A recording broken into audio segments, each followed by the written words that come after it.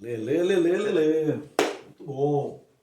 Nemateumintos, vermes arredondados, triblásticos. Palavrinha do ano passado, protostômios, formam a boca primeiro, ok? Corpo não segmentado, bem lisinho. Aliás, eles têm uma cutícula, né? É uma cutícula bem espessa, tá bom? Simetria bilateral, dividi-los ao meio, órgãos, sistemas, tudo igual para os dois lados. Eles podem ser terrestres ou aquáticos, de vida livre, e podem ser parasitas. Aliás, os parasitas nos interessam muito hoje. Sem sistema respiratório e circulatório. Fazem as trocas gasosas por difusão, meus queridos. Pseudocelomados, ó, houve um avanço dos plateumintos para os nemateumintos segundo a evolução. Isso é importante para o vestibular. Os plateumintos eram acelomados, agora os nemateumintos são pseudo. Por isso que eles começam a ganhar uma dimensão por causa de um esqueleto chamado hidrostático. Não é como o nosso, mas eles começam a ganhar dimensões para os órgãos e para a movimentação. Eles têm tubo digestório completo. Dentro dos vermes, o que nos interessa e o que interessa para o Enem e o vestibular são as verminoses, né? Doenças causadas por vermes. Aqui nós temos a primeira, a ascaridíase, né? A famosa doença da lombriga. Muito bem.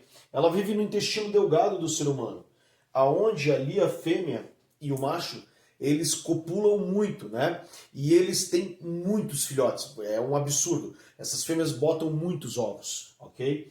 Que são eliminados com as fezes humanas. Muitas pessoas não têm saneamento básico como eu e você. Sabemos que uma grande parte da população no mundo e no Brasil, nossas cidades, não tem esse tratamento de água, esgoto, né? Muito bem. Mas o que interessa para nós no vestibular e no Enem é aqui, ó. O que vai ser cobrado disso? A ingestão de alimentos contaminados e água contaminada é o que causa essa doença, tá? Ascaris lumbricoides, ó, né? O vestibular sempre vai colocar, mas vai colocar um nome comum também para você ficar esperto. E o que fazer? Né? O vestibular cobra a profilaxia. Como que você vai tratar isso? Né? Então, com a higiene e asepsia dos alimentos. E água. Outra doença bem famosa e recebe dois nomes.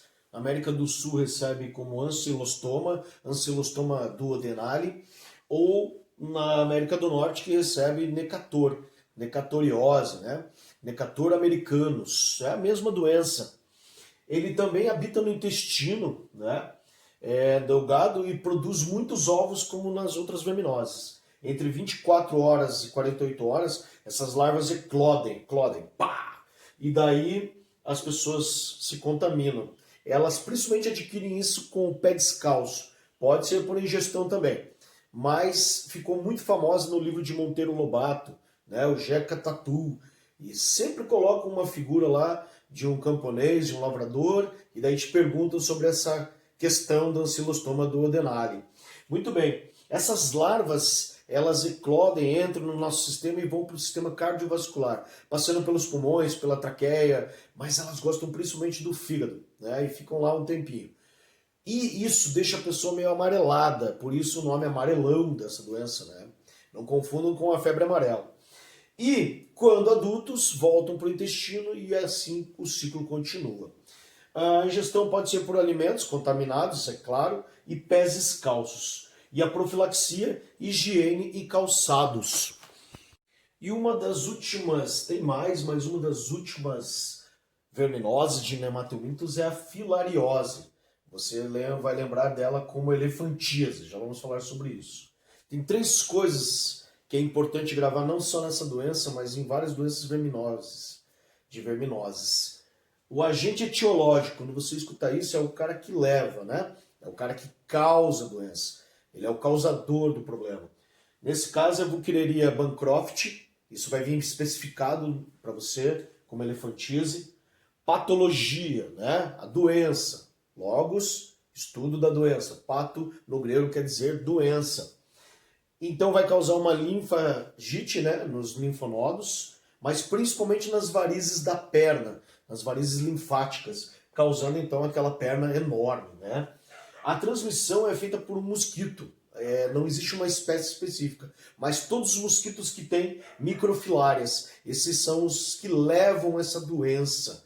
Gravem essas 3 aqui porque é muito importante para você daqui para frente e para o futuro vestibular e Enem. Anelídeos. Corpo cheio de anéis. Maioria deles com o corpo segmentado. Esse corpo segmentado pode estar presente em quase todas as classes, menos de uma que nós vamos ver depois. São aquáticos e terrestres. Alguns são de vida livres, mas tem parasitas também.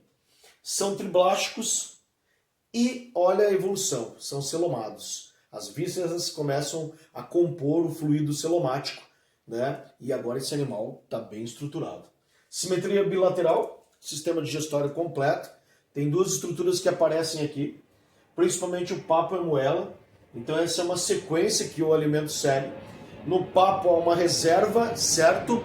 E na moela há uma trituração junto com o intestino para eliminação. Muito importante para a agricultura, né? Pela produção do humus. Então, bem aqui é feita esse aproveitamento dos nutrientes que existem no solo, tá? Sistema circulatório fechado, ó, novidade. Para quem não sabe, sistema circulatório fechado é aquele que o sangue caminha sempre dentro dos vasos sanguíneos, né? Não tendo contato direto com as células, apenas jogando e puxando os nutrientes e as trocas gasosas. E a respiração, ela é cutânea, principalmente por esses animais terem a pele muito úmida, né? Isso permite com que eles façam as trocas gasosas através da pele, do tegumento, ó. Pele e tegumento é a mesma coisa, se liga nisso. Sistema nervoso ganglionar, é tipo umas bolsinhas. Na minhoca, por exemplo, um par por anel, certo? Então, de cada extremo do anel, né? Você lembra que a minhoca é toda gomadinha assim, cada anelzinho tem os gânglios. A reprodução pode ser sexuada ou assexuada. No caso das minhocas, elas têm, aliás, eles têm um órgão chamado clitelo, e eles são monóicos, né? Eles têm tanto a parte feminina quanto a masculina. As minhocas, elas se encaixam para não haver muito autofecundação, porque a fecundação cruzada traz mais variabilidade genética, certo? Existem 3 classes, eu quero que você grave aqui. 3 classes principais dos anelídeos, tá? Os oligoquetas, tá? 3 classes bem importantes. Os poliquetas, não sei se você está reparando, que existe sempre o queta no final. E os aquetas, mas tem um nome especial para esse último aqui, que é chamado de irudíneos, tá? Muito bem. Oligo significa pouco e quetas significa cerdas, então poucas cerdas, ó. Poliquetas, muitas cerdas. E aquetas, sem cerdas.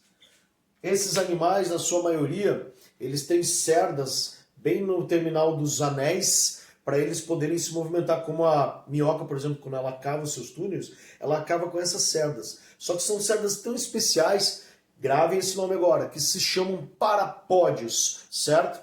Oligoquetas, então, são as minhocas.